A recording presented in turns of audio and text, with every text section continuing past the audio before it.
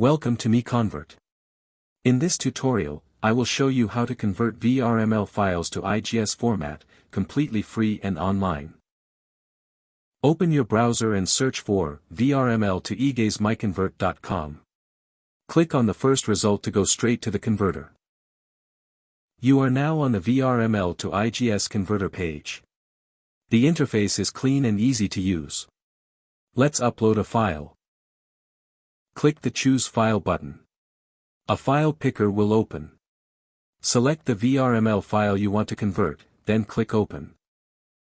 Your file is loaded and ready. You can see the file name, size, and destination format. Click Convert now to start the conversion. The conversion is in progress.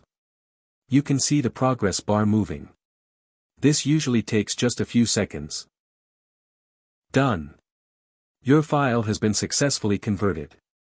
Click Download to save the IGES file to your computer. That's it. Visit MiConvert.com for more free conversion tools. Subscribe for more tutorials. Thanks for watching.